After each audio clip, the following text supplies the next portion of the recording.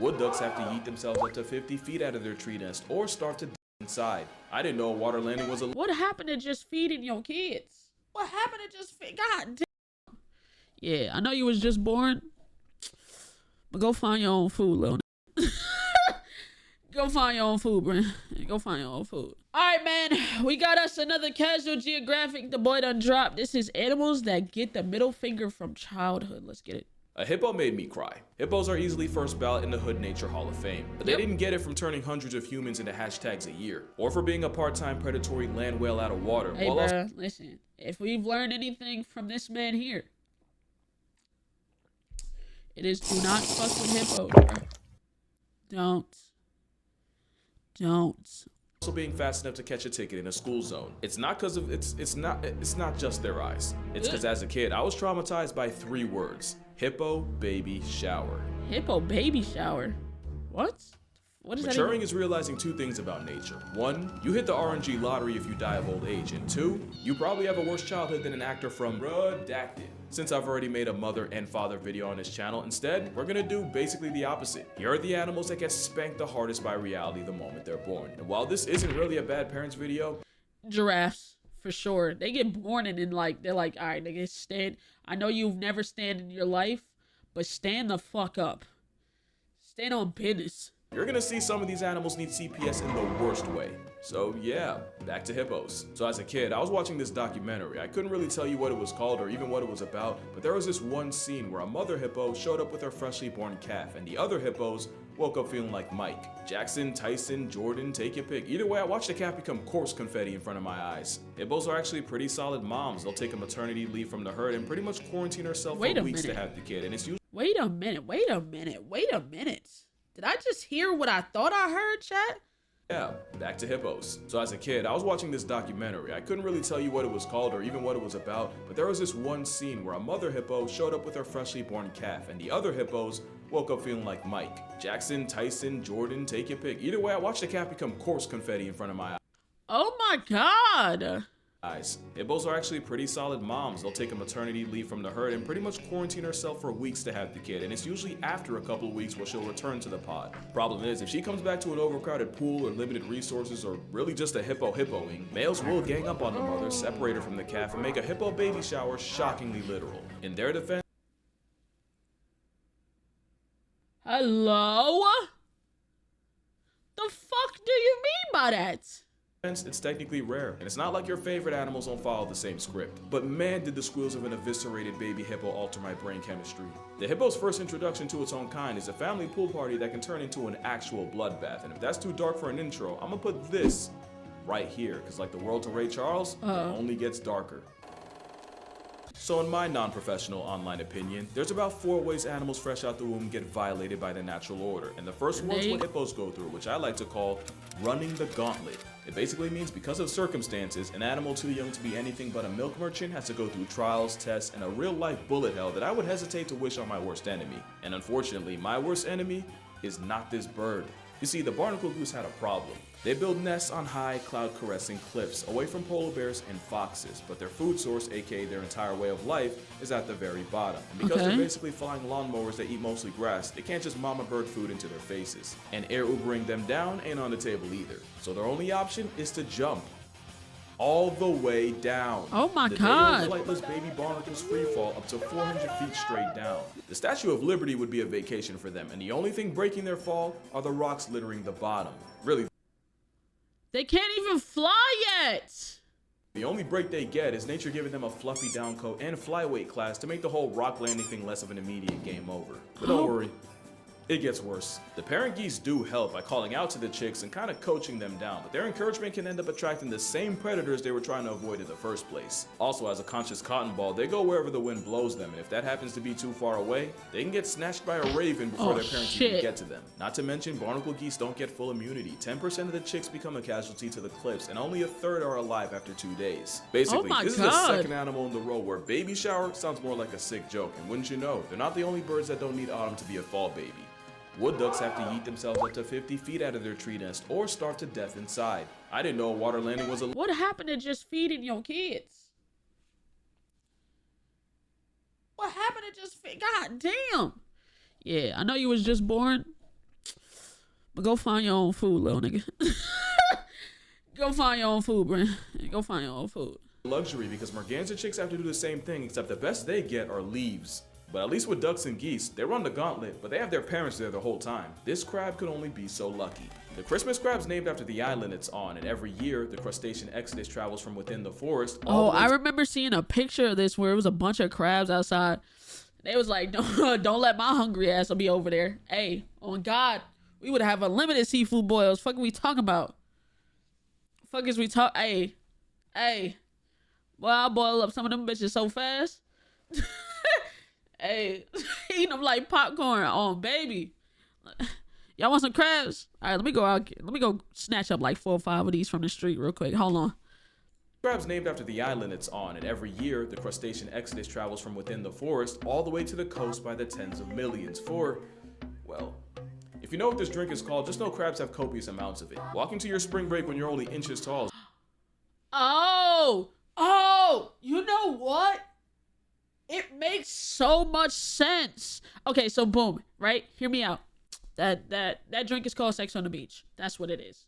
We just go, you know what I'm saying? It's a good drink. The drink is actually pretty fucking delicious, right? So they go to do their whole thug thizzle on the beach, right? Y'all ever watch Futurama where Zoidberg had to find a mate on the beach and then they went into the water and died? I just realized it's dead ass a play on what the fuck they, you know what I'm saying? Holy, it makes so much, right? It makes so much sense.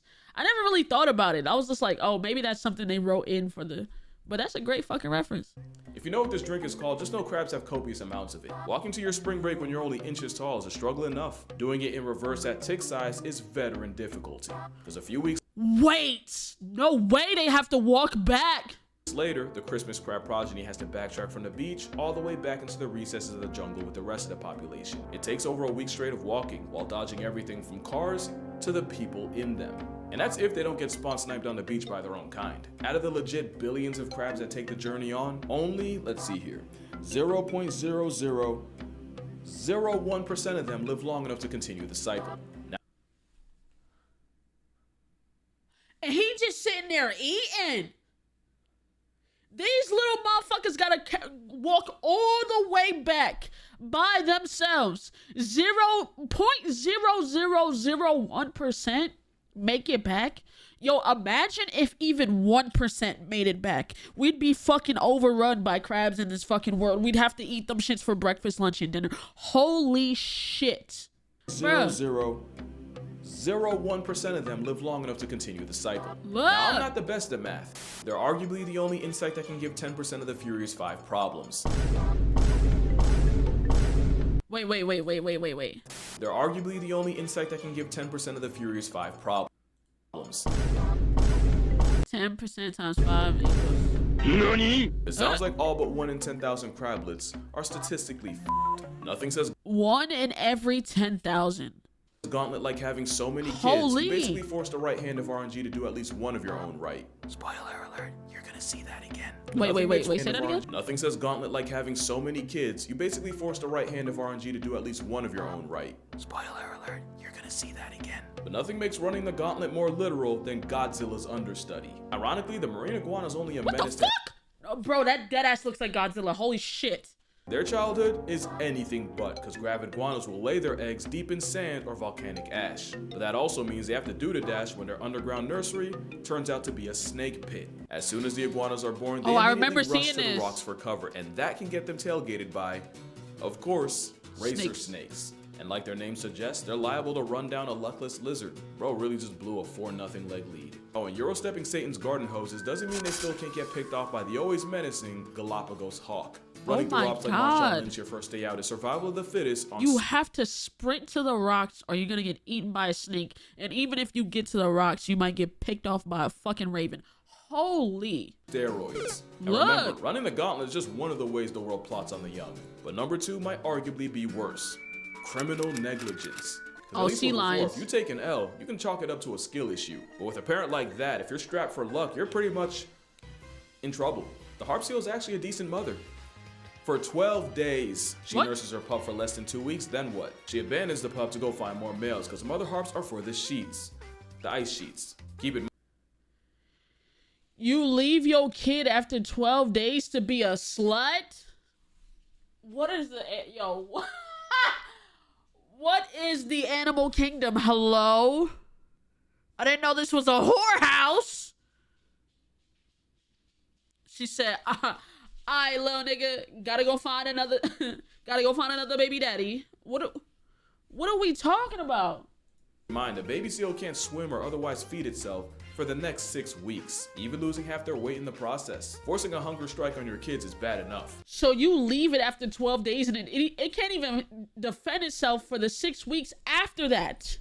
Mind, a baby seal can't swim or otherwise feed itself for the next 6 weeks, even losing half their weight in the process. Forcing a hunger strike on your kids is bad enough. Pulling that in polar bear country is diabolical. Worst part is, the pups are naive enough to confuse anything that moves for their mother. So those videos of them pulling up to cameramen, it just got a lot darker. Koalas are on a different kind of timing, because they'll yeet their young as a contingency plan against predators. What? You all know they don't literally... Oh my god. Nigga said I can have another one. Excuse me? Literally throw their babies into the oblivion. If things ever get too tight during a chase, the muscles in the pouch do the exact opposite and drop the joey on the ground. And while the screaming, writhing joey gets the worst kind of attention, Mama Marsupial hightails it, because you know what they say. What's 17 more years? I can Oh. always start again. Make Oh. another kid. Kangaroos, Oh my wallabies, God. and quokkas have all been known to ghost their kids in the worst way. In fact, tree kangaroos have been known to eject their joey over the stress of a bad storm. But hey, shout out to koalas. Not only could I not Over the stress of a bad storm. So it's raining, thundering, cram. Oh shit, take the baby then. What are we talking about? What are we talking about? find cases of them sacrificing over the stress of a bad storm. But hey, shout out to koalas. Not only could I not find cases of them sacrificing the youth, some koalas have adopted orphan joeys and looked after them like their own. So big ups to the chlamydia Hey, shout out care koalas, bear. man. You got koalas caring for kids that aren't even theirs, and a desaturated deadbeat forfeiting custody to the gulag. Pandas often have twins, but because they only have the facilities to keep one alive, they'll basically flip a coin, keep Zach, and Cody gets returned to sender. To the point where zoos have to play parent trap with a panda and will sub in one twin after another. Whole time the bag of bamboo thinks she only has one. But you've definitely heard all this before, so I'm not gonna go in depth. What I will do though is mention the bird of pandas. Right, I this forgot is a about- grebe. If you haven't seen one before, let this be your introduction. Adam. The hooded That's- grebe will have two. Wait, that's what that is? I remember that video. That bird was moving fast as a bitch. If you haven't seen one Look, you remember this video? before, Where he let touched him this and be that shit was your gone. introduction. The hooded grebe will have 2 eggs, and they'll lay both on this kind of floating nest. First to hatch hitches a ride on their mom's back. Second place, yeah, it just gets left there. 97% of the time, the grebe couple only raises 1 chick. It's bad enough when pandas do it, but at least the DreamWorks franchise isn't endangered anymore. Being critically close to being cooked while having a 1-child policy is just egregious. Oh my God. In fact, the average baby raised per adult each year is 2. That's not a smudge. Make that The average baby raised per adult is 2. Wait. baby raised per adult each year is 2. That's not a smudge. Make that 0.2. And yet there's a bird that might be worse. Now how could Emperor 0.2? You don't even raise a full kid. You raise 0.2 of your kid. What the fuck is... penguins be here? They were in my Father's Day video, and the mothers aren't slouches either. But in a really cruel twist of fate, the very thing that makes them great parents can royally screw the chick over. Prolactin is a hormone that goes into overdrive once the penguin lays an egg and keeps going long after the chick hatches. And it's believed it's actually the high levels of prolactin that drives the penguin to make the long trip back to its chick after days of filling up at sea. The problem is the prolactin doesn't fall off if the penguin ends up losing the chick, and the parental drive can be so strong it forces them to kidnap someone else's. Not only can the chick get accidentally smothered in the process, most times the kidnapper loses interest after a couple hours, leaving the forcibly fostered chick to die either of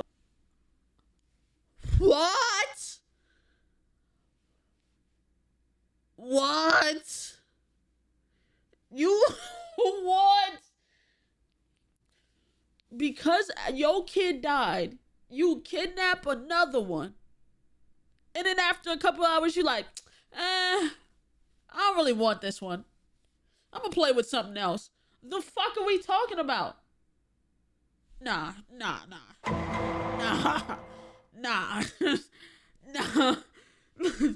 Nah, bro, what? Starvation, freezing, or getting turned out by a giant petrel. Oh, speaking of which, they'll really watch an ice-chilled vulture snatch their child in front of them and will do jack about it. I mean, sometimes they'll try. Until they don't. Imagine the plot of Taken, but if Liam Neeson was in the same room and didn't even move from his couch. To be fair, I honestly don't know what I was expecting here. Except better. Mind you, that's only the half of it. Literally. Because next is what I like to call... Oh my god. Be your own. You've probably seen videos of storks throwing their own chicks out of nests. It's cut. No, I didn't know. I didn't see that. I didn't never seen that one. In survival of the fittest, fit isn't about strength or washboard abs, but fit is more like how good you are at making more of yourself and passing the genes off. Look like a liability, and most bird moms aren't going to waste the resources better spent on your bigger brother. They'll just subtract you from the census themselves. And that's not the only way parents can be your biggest op. Scorpions are dedicated enough to literally carry their entire family on their backs for days. But let resources get low enough and you'll see a spice roach having a kid's meal. And long-tailed skinks... A spice roach having a kid's meal. Oh my god. Holy, bro. Go full scorched earth. She'll try to defend her nest, but if she feels like it's getting invaded too often, eventually she'll say it and eat her entire family first. The fuck? What are we talking about? So because niggas is coming up in your house, you like, fuck it, I'll just eat the kids. They keep trying to eat them, so I'll just do it. What sense does that make?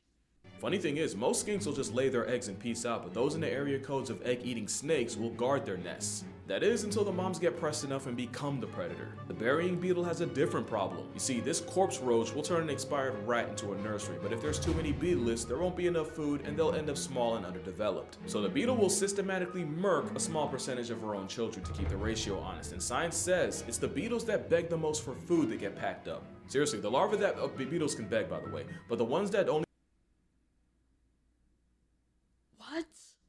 do it when they're genuinely hungry actually have a better chance of surviving than the ones that do it constantly. In a weird way, it's like a creative tactic to reward honesty. But also imagine asking your mom what's for dinner and she takes your head off. Either that or it's a really messed up game of musical chairs where the biggest beetles get fed first until there's no food left, and the ones that get left out get terminated. Which is actually a great transition to the last pitfall of youth: sibling rivalry, or it be your own part 2.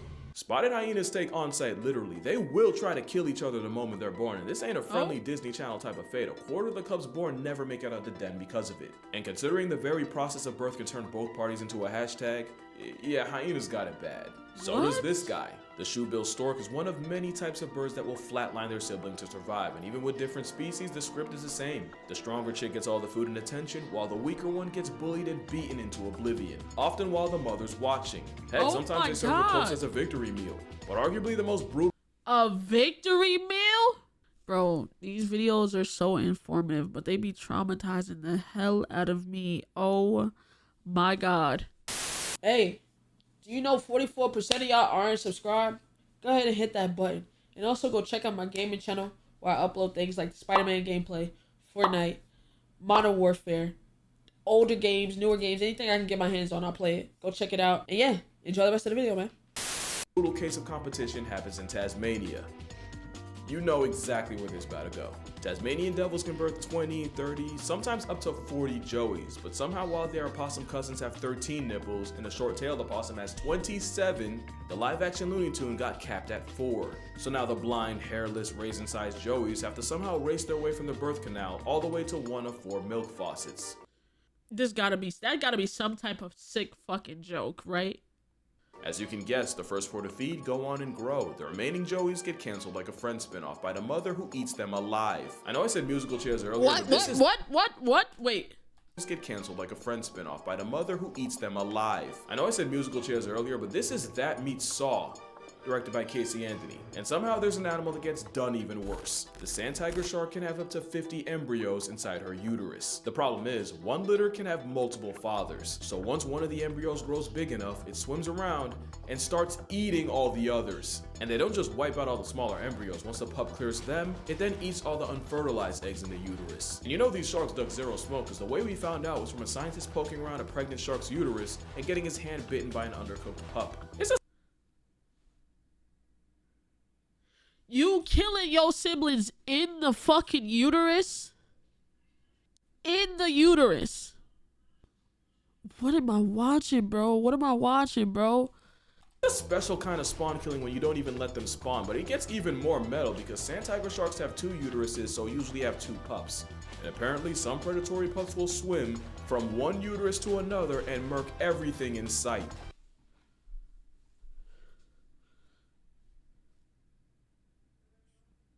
What? Sand tigers have one of the lowest reproductive rates of any shark, and in utero cannibalism probably doesn't help. So those are all the ways childhood is a figurative flogging for some animals, but I missed one. I missed the animal with arguably the worst childhood of all. What animal could that be? How about the one that has to deal with all of this? The gauntlet, the rivalries, the occasional cannibalism? If you didn't think it could possibly get worse, be glad you're not a sea turtle. Baby sea turtles got this. Not only do they have to crawl for their lives from beach to sea, they also have to worry about getting digested alive in a vulture's stomach, crushed to death by crocodiles, and even having their eyes gouged out by cutthroat crabs. And yeah, that one's still alive. And that's just on the beach. Even if they hit the water, they're likely to get griefed by reef sharks and in Nigga, this is a... Bro, they gotta do fucking American Ninja Warrior just to survive. Holy fuck. open water, threats like the dolphin fish are liable to turn turtles into hard candy. Some species improve their chances by going at night and using the moon as a guide, but man-made lights can confuse the turtles into going the wrong way on the highway. Oh my god. This ain't Mario Kart. There is no Lakitu to bail them out. And even though sea turtle cannibalism has only really been seen in captivity, I would not put it past the wild ones, cause, well, remember when I said baby birds are like the potato chips of nature? Baby turtles are like the Kit Kat bars of the beach. Turtles got it so bad that their literal only defense is just having so many kids that it doesn't matter how low the odds are, they just have to not be 0. Let's talk numbers. If the average sea turtle lays, let's say 110 eggs in a clutch, and each lady turtle has an average of 3 clutches in a season, with about 100,000 females nesting at the same time, assuming only half the eggs actually hatch, you're looking at over 16 million hatchlings storming the beaches like Normandy. Numbers carry them so hard that sea turtles will actually sing to each other while in the eggs to make sure they're all on the same page and hatch at the same time. But wow. Because in some these niggas do planned hatching just so they can all try to get to the fucking shit.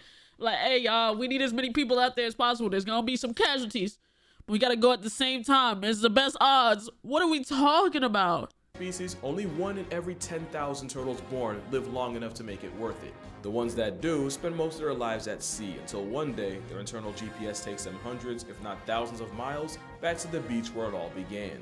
They gotta go back to the same beach? Inspiring, you know, every sea turtle you see was that turtle out of thousands, and if they can make it out of that, hey, maybe we don't have it so bad.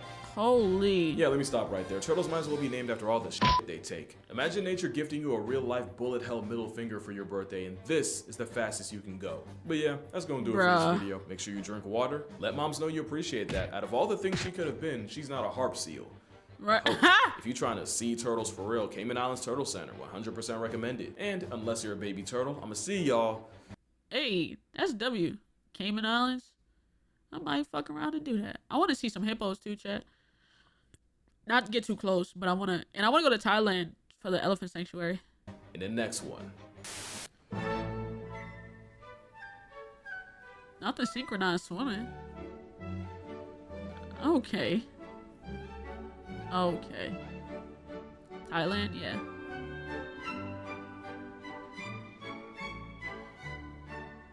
W video.